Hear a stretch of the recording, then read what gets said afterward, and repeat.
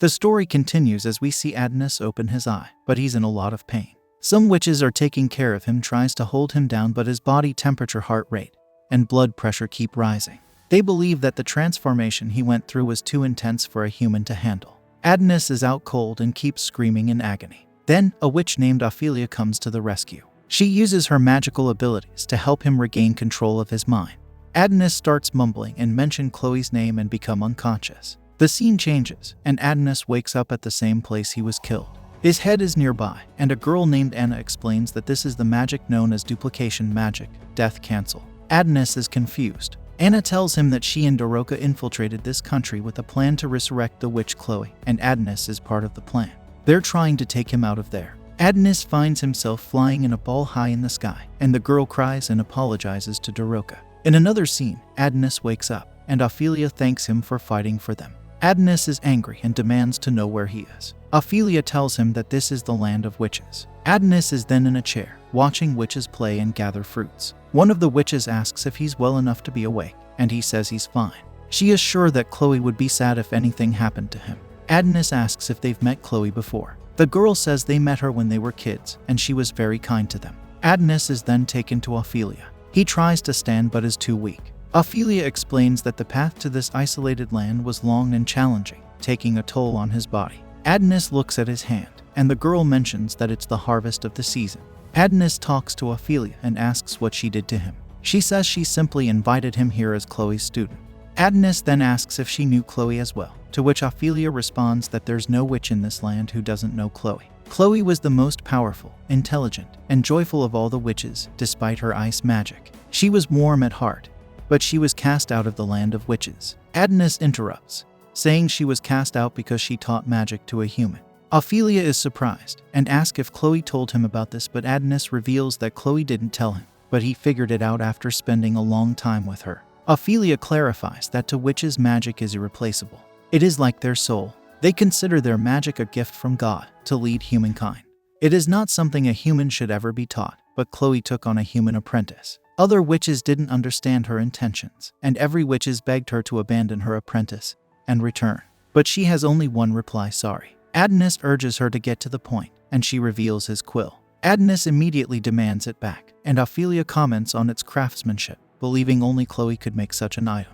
However, she returns it to him. Adonis wonders if it's really possible to bring back his master, and Ophelia assures him that witches don't lie, which relieves him. But suddenly, he sees the earth above him and questions what's happening. Ophelia explains that they are in a secluded land beyond the reach of humans. Witches established their nation on the moon, known as Lunamilia, 10 years ago to live in peace. The scene shifts to Earth, where Yamato and a group of soldiers prepare for war. Then, it changes again to Ophelia and Adonis sitting on the moon, looking at Earth. Ophelia muses about the true nature of humans, wondering if God made the world spherical to limit how far they can see because of concerns about their future. Adonis isn't convinced. Ophelia shows him the gravestones of witches and continues talking about human nature, mentioning that they're often bound by their expressions. She suggests that the opposite of love isn't indifference, as commonly believed, but hate. She adds that the human king believes the witches will destroy humankind, and that's the reason he started the war. In the next scene, Adonis is shown the sacred Mino tree, which is how witches are born or regenerated.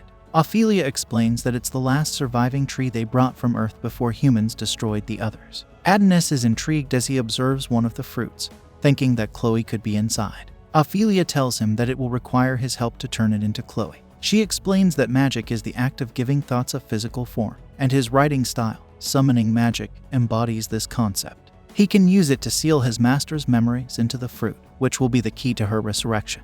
Ophelia advises Adonis to take his time and contact her when he's ready. Adonis starts thinking about his master, and suddenly Anna approaches him.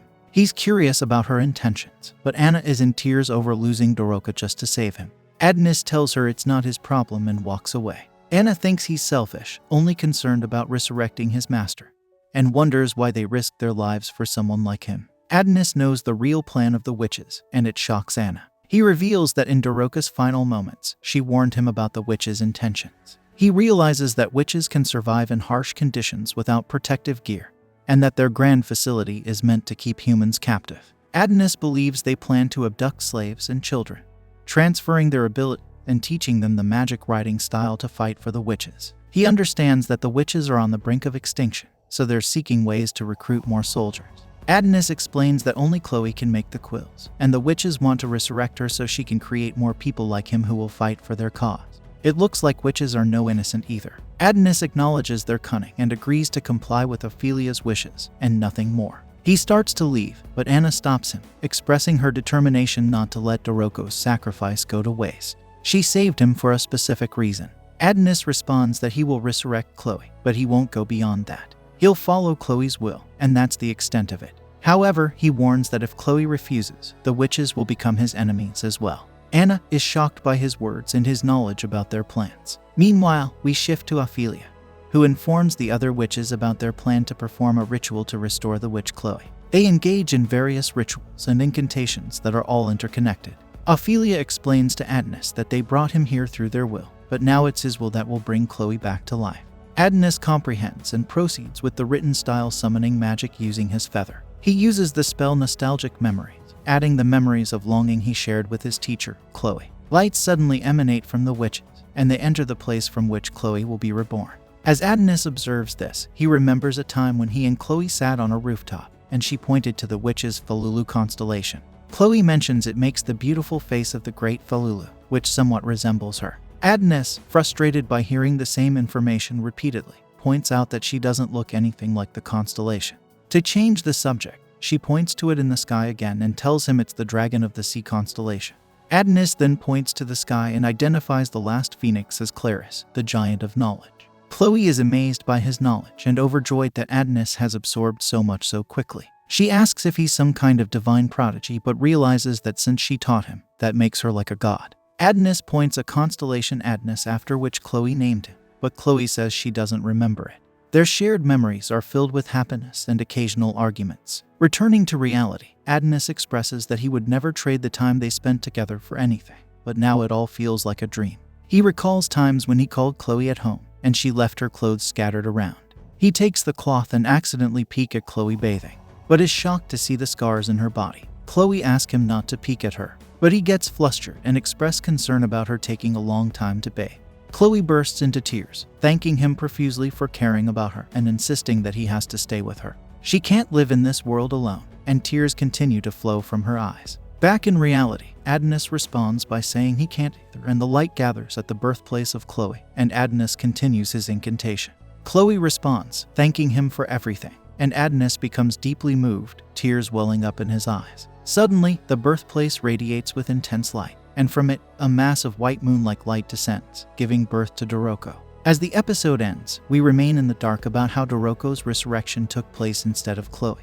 The next episode holds the answers. In the meantime, remember to support us by liking, sharing, and subscribing to our channel for more captivating anime recaps.